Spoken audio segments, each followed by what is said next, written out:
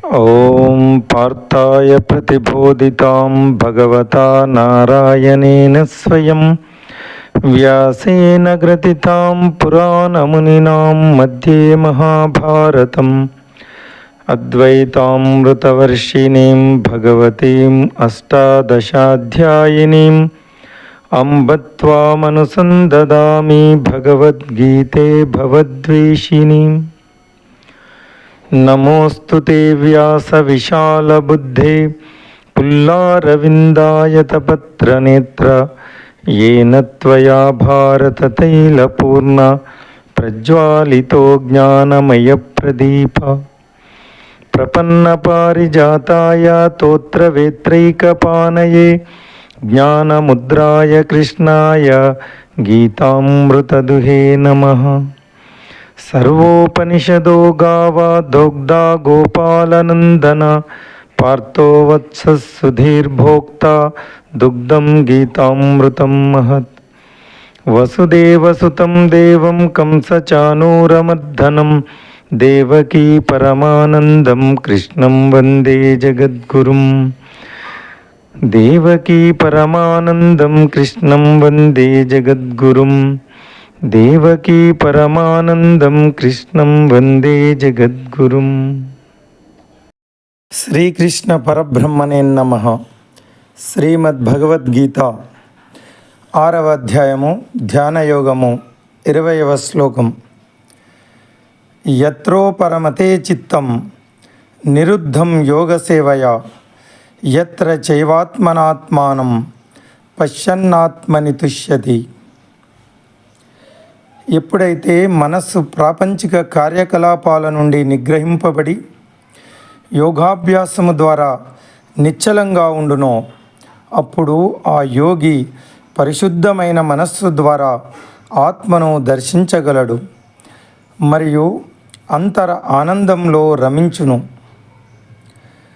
ధ్యానం చేసే పద్ధతిని, ధ్యానం యొక్క పరిపూర్ణ సిద్ధి స్థితిని వివరించిన పిదప శ్రీకృష్ణుడు ఇప్పుడు దాని పరిశ్రమ యొక్క ఫలితాలను తెలియపరుస్తున్నాడు. మనస్సు ఎప్పుడైతే శుద్ధి చేయబడుతుందో అప్పుడు వ్యక్తి ఆత్మను శరీరం మనోబుద్ధుల కంటే వేరుగా తెలుసుకోగలుగుతాడు. ఉదాహరణకు, గ్లాసులో మురికి నీరు ఉంటే దాని గుండా మనము చూడలేము, కానీ ఆ నీటిలో పటిక వేస్తే మురికి వేరైపోయి కిందికి దిగి నీరు స్వచ్ఛంగా అయిపోతుంది. అదే ప్రకారంగా మనస్సు మురికిగా ఉన్నప్పుడు అది ఆత్మ దర్శనాన్ని తెలియకుండా చేస్తుంది. ఆత్మ యొక్క శాస్త్ర పరిజ్ఞానం పుస్తక జ్ఞాన స్థాయిలోనే ఉండిపోతుంది. కానీ ఎప్పుడైతే మనస్సు పవిత్రం అవుతుందో ఆత్మ అనేది అంతర్గత విజ్ఞానం ద్వారా నేరుగా అనుభవంలోనికి వస్తుంది అని తెలియజేస్తున్నారు పరమాత్మ.